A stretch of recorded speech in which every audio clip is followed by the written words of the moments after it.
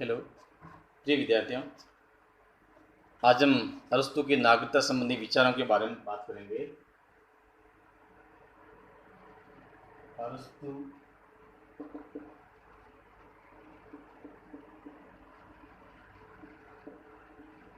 नागरिकता के बारे में अरस्तु ने किस प्रकार से बात की है, इनके विषय में बात करेंगे। उससे पहले हम थोड़ा सा ब्रीफ रूप में अरस्तु के बारे में डिस्कशन करेंगे कि अरस्तु के बारे में हम क्या जानते हैं। अरस्तु को राजनीति विज्ञान का एक जनक के रूप में जाना जाता है। हालांकि अरस्तु का जो गुरु था वो प्लेटो था। बहुत महान एक दार्शनिक शासनिक वक्ता था। और प्लेटो ने जो राजनीति विज्ञान में जिस प्रकार से जो भिन्न भिन्न आदर्श राज्य के बारे में हम बात करते हैं, आदर्श राज्य में हम कानून के बारे में बात करते हैं, व्यक्तियों के कर्तव्यों के बारे में बात करते थे, तो उन्होंने इस प्रकार से जो वार्तालाप की थी, उसका जो शिष्य था जो अरस्तु, जिसका जन्म यूनान में एक स्ट्रीगिरा नामक नगर पर इसका जन्म हुआ था। 384 ईस्वी में इसका जन्म हुआ था। इसके पिता एक शिक्षक थे और इन्होंने 18 वर्ष की आयु में ही प्लेटो द्वारा निर्मित बनाई गई एक शिक्षण संस्था थी जिसका नाम अकादमिक था, उसमें प्रवेश लिया था। और बाद में अरस्तु ने वहाँ पर गहन अध्ययन किया था और एक अकादमिक का वो सर्वश्रेष्ठ एक शिष्य के रूप में जाना गया था। और बाद में उन्होंने धीरे धीरे वहाँ पर बहुत महत्वपूर्ण अध्ययन करके लोगों ने यहाँ तक कहना शुरू कर दिया था कि प्लेटो है वो अरस्तु में प्रवेश कर लिया है। यानी कि प्लेटो के जो जितने भी जो विचार है, जो चिंतन या थॉट है, उस थॉट पर सबसे ज़्यादा अरस्तु पर प्रभाव पड़ा है। और एक महीने में प्लेटो के जो विचार है वो अरस्तु में आगे हैं। तो इस प्रकार से हम अरस्तु राजनीति विज्ञान का इसको एक जनक कहा जाता है। इसने राजनीति विज्ञान को एक सर्वोच्च विज्ञान की संज्ञा दी है। और हम इनके जो नागरिकता के बारे में जो विचार है इसके बारे में बात करेंगे। वैसे सामान्य रूप से हम देखते हैं कि नागरिक वो व्यक्ति जो किसी राज्य में निवास कर रहा हो। और अरस्तु को देखते हैं कि अरस्तु ने उस समय नागरिकता के बारे में किस प्रकार से विचार किया था। तो अरस्तु ने पहले तो ये देखा कि नागरिक राज्य में कौन कौन व्यक्ति है वो नागरिकत्व की श्रेणी में नहीं आ सकता और कौन कौन व्यक्ति है जो नागरिकता की श्रेणी में आ सकता है। तो उससे पहले अरस्तु ने जो नागरिकता के बारे में बात की थी कि नागरिक वही हो जो व्यक्ति, सबसे पहले तो वो कहता है उसके पास में अवकाश हो,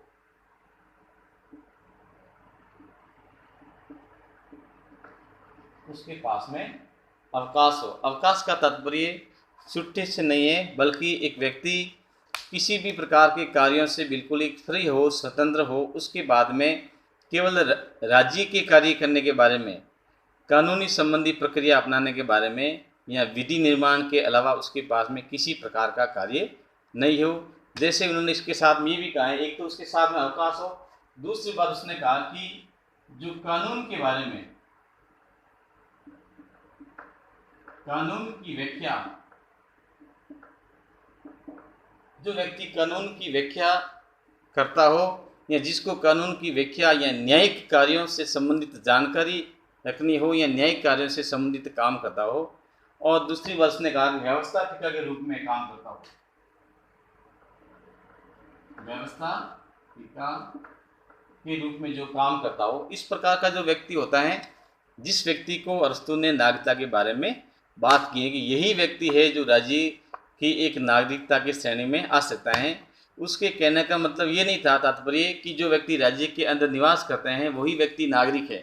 उसने कहा कि नागरिक केवल वही है जो व्यक्ति देश में कानून बनाने में या कानून की व्याख्या करने में, अर्थात व्यवस्थापिका एवं जो हमारी न्यायपालिका है, इनसे संबंधित जो सरकार के अंग हैं, इन अंगों में जो व्यक्ति काम करता है वही व्यक्ति देश का एक नागरिक या राज्य का एक नागरिक है। फिर उसने बताया कि कौन कौन से ऐसे व्यक्ति हैं जो नागरिकता की श्रेणी में नहीं आ सकते हैं। उसके साथ साथ में इसमें इन्होंने रीजन भी बताया कि भाई क्या कारण है कि वो व्यक्ति नागरिक नहीं हो सकता है। तो जैसे उसने कहा, जैसे बारे में बताया कि स्त्री,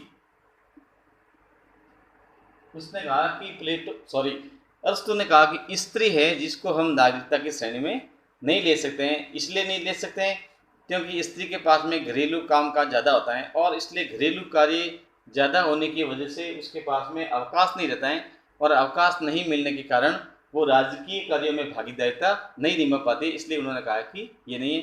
दूसरी उसने कहा कि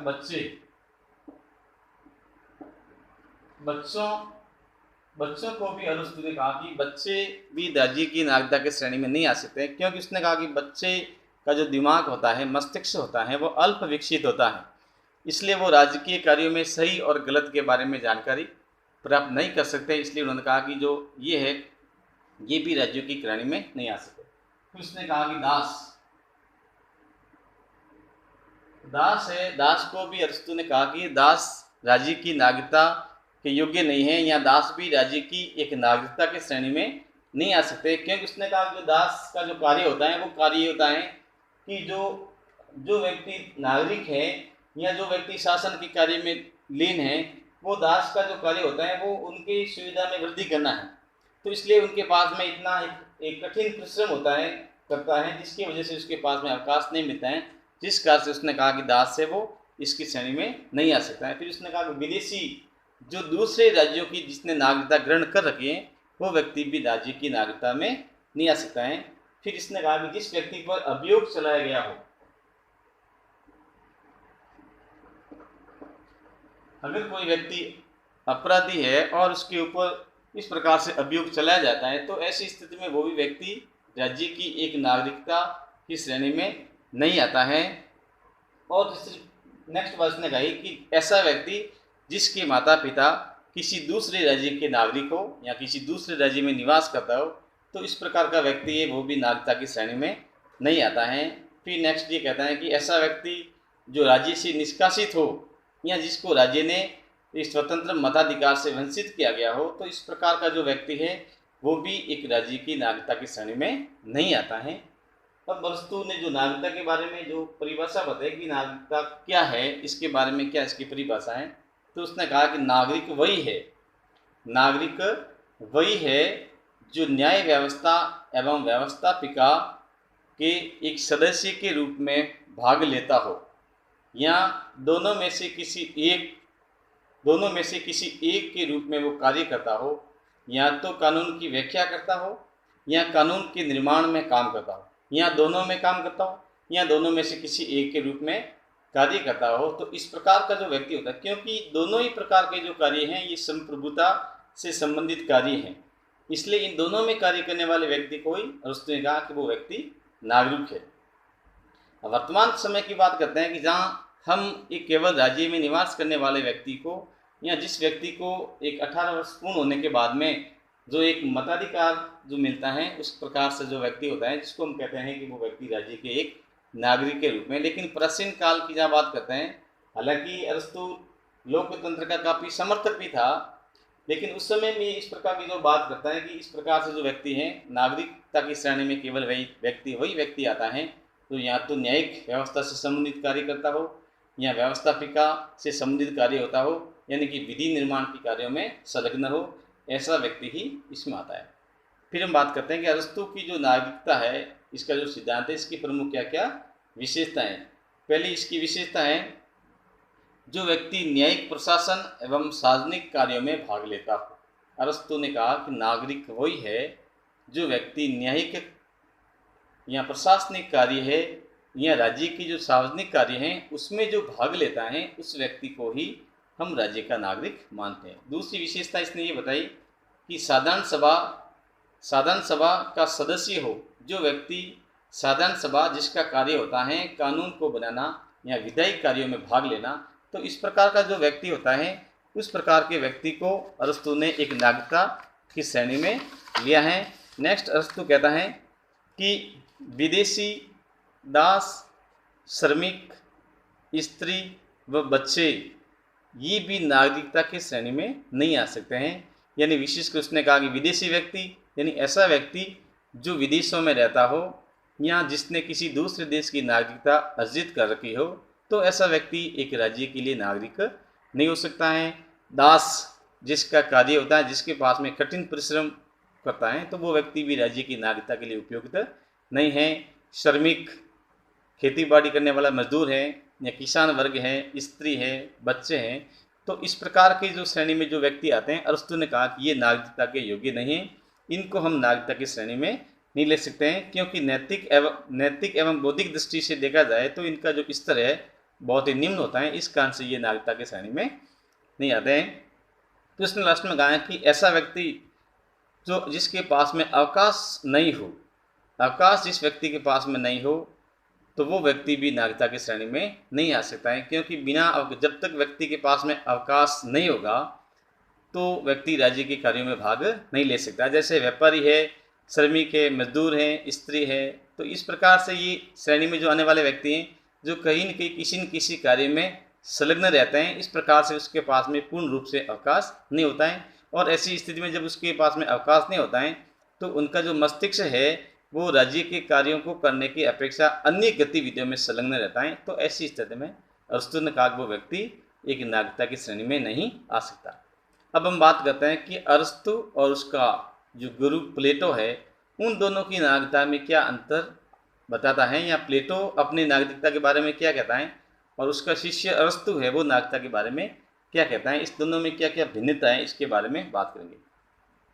तो पहली बात में कहता है कि प्लेटो ने जो अपनी जो एक ये नागरिकता के बारे में जो बात की है उसमें अपनी प्रसिद्ध जो पुस्तक है जिसमें रिपब्लिकन में जो बात की, अरस्तु की बात कर रहे हैं तो अरस्तु ने जो नागरिकता का जो सिद्धांत दिया है अपनी प्रसिद्ध पुस्तक पॉलिटिक्स में जो बात की, तो ये दोनों ही अलग अलग पुस्तक है और दोनों ही अलग अलग पुस्तकें इन दोनों ही लेखकों की इन दोनों ही दार्शनिकों की बहुत महत्वपूर्ण है। तो प्लेटो ने रिपब्लिक में नागरिकता के बारे में बात की है, तो ठीक उसी प्रकार से प्लेटो अरस्तु ने भी इसके बारे में इसमें पॉलिटिक्स में जो बात की है। तो प्लेटो ने तो रिपब्लिक में दास और नागरिकों में किसी प्रकार का अंतर नहीं कहा है। उसने कहा कि दास को भी वही अधिकार मिलने चाहिए जो एक नागरिक को, जो अरस्तु वाले नागरिक को मिलना चाहिए, यानी इन्होंने दोनों को ही किसी प्रकार का भिन्नता नहीं की। उसने कहा शिक्षित, अशिक्षित और अराजनीतिक व्यक्ति का जो समूह है वो भी एक राज्य में निवास करता है और राज्य में निवास करता है, इस स्थिति में उसे नागरिकता मिलनी चाहिए या उसको अधिकार मिलना चाहिए। यानी कि हम बात करते हैं कि जो प्लेटो ने जो बात की थी वो वर्तमान संदर्भ में काफ़ी एक मिलती जुलती जो है, जो नागरिकता के बारे में उन्होंने कहा है कि सही दास हो या राज्य का जो दूसरे प्रकार से जो अरस्तु ने जो नागरिकता के बारे में बात की है, इन्होंने कहा कि जो राज्य में निवास कर रहे हैं तो ऐसी स्थिति में दोनों को नागरिकता मिलनी चाहिए। जबकि अरस्तु ने कहा कि अशिक्षित व्यक्ति है या अराजनीतिक व्यक्ति है, जो राजनीति से परे व्यक्ति है या शासन कार्य में भाग नहीं लेता है, तो इस प्रकार के व्यक्ति हैं जो श्रमिक वर्ग के जो व्यक्ति हैं इनको हम नागरिकता की श्रेणी में नहीं ले सकते हैं। इसका मतलब ये है कि अरस्तु की जो नागरिकता के बारे में जो विचार है ये प्लेटो की अपेक्षा बहुत ही संकीर्ण है। प्लेटो ने जो नागरिकता के बारे में एक वृद्ध जो अपना व्यापक रूप दिया है, उसने कहा कि राज्य में जो निवास करने वाले व्यक्ति, राज्य में तो श्रमिक भी निवास करता है, नागरिक भी करता है, वृद्ध भी करते, सभी लोग करते हैं, शिक्षित भी है, अशिक्षित भी है, राजनीतिज्ञ भी है, अराजनीतिज्ञ भी है। तो उन्होंने कहा कि सभी लोगों को इसमें मौका मिलना चाहिए, जबकि इसमें अरस्तु का जो विचार है ये थोड़ा संकीर्ण है। प्लेटो के अनुसार एक अच्छा व्यक्ति ही अच्छा नागरिक है, जबकि अरस्तु इस बात में सहमत नहीं। प्लेटो कहता है कि राज्य में जो एक अच्छा व्यक्ति है वो एक अच्छा व्यक्ति एक राज्य के लिए भी एक अच्छा नागरिक हो सकता है, लेकिन उसका जो शिष्य है अरस्तु इस बात पे सहमत नहीं है, क्योंकि उन्होंने कहा है कि ये जरूरी नहीं है कि एक अच्छा व्यक्ति में एक अच्छे नागरिक का गुण हो। अरस्तु कहता है कि ये जरूरी नहीं है कि एक अच्छा जो नागरिक होता है अच्छा जो व्यक्ति होता है वो राज्य के लिए एक अच्छा एक नागरिक भी साबित हो सकता है। तीसरी बात की है कि प्लेटो ने शासक वर्ग के लिए एक व्यवहारिक शासक की जो योग्यता होनी चाहिए उसके बारे में बात की है। उन्होंने कहा कि जो शासक वर्ग है उसके पास में एक व्यवहारिक एक नॉलेज होना चाहिए, और जिसके बारे में प्लेटो की हम शिक्षा व्यवस्था के बारे में पढ़ते हैं या प्लेटो की जो न्याय या आदर्श राज्य की जब कल्पना करते हैं तो उसमें एक दार्शनिक राजाओं के शासक के बारे में बात प्लेटो करता है, और शिक्षा को भी बहुत ही लंबी चौड़ी विस्तृत रूप से एक व्याख्या प्रस्तुत करता है और कहता है कि व्यवहारिक रूप से शासक वर्ग होता है और उसके पास में उसके लिए बहुत कई प्रकार की जो परिधियाँ भी होती हैं, लिमिटेशन होते हैं कि कई राज्य की जो सुविधाएं हैं वो सुविधा उन्हें एक सीमित दायरे में रह करके मिले, या निजी जो परिवार है संपत्ति है इस टाइप की जो सुविधा है आदर्श राज्य में एक शासक वर्ग को नहीं मिलनी चाहिए। यानी वो एक व्यवहारिक जो नॉलेज के बारे में बात करता है, जबकि जहाँ हम अरस्तु की बात करते हैं तो अरस्तु एक राज्य के लिए योग्यता पर बल देता है। वो कहता है कि योग्यता उसके लिए ज़रूरी है। नेक्स्ट हम बात करें प्लेटो के अनुसार शासक की योग्यता कुछ व्यक्तियों में ही संभव है। प्लेटो कहता है कि शासन करने की जो कला है या राज्य पर शासन करने की जो कला है ये सभी व्यक्तियों में नहीं होकर के कुछ व्यक्तियों में ही संभव है, जबकि अरस्तु इसे थोड़ा विस्तृत रूप देता है। इस प्रकार से हम दोनों के बीच में जो हम क्या प्रकार की जो तुलना है इसमें देखा है। अब हम बात करते हैं कि अरस्तु ने जो नागरिकता संबंधी जो विचार दिए, इस विचारों की कुछ हद तक आलोचना भी की गई है कि हम देखते हैं कि इसमें कौन कौन सी कमियां हैं या क्या दोष पाया जाता है। तो पहला तो ये कहा गया है कि अरस्तु की जो नागरिकता संबंधी विचार ये अलोकतांत्रिक है। कैसा है? अलोकतांत्रिक।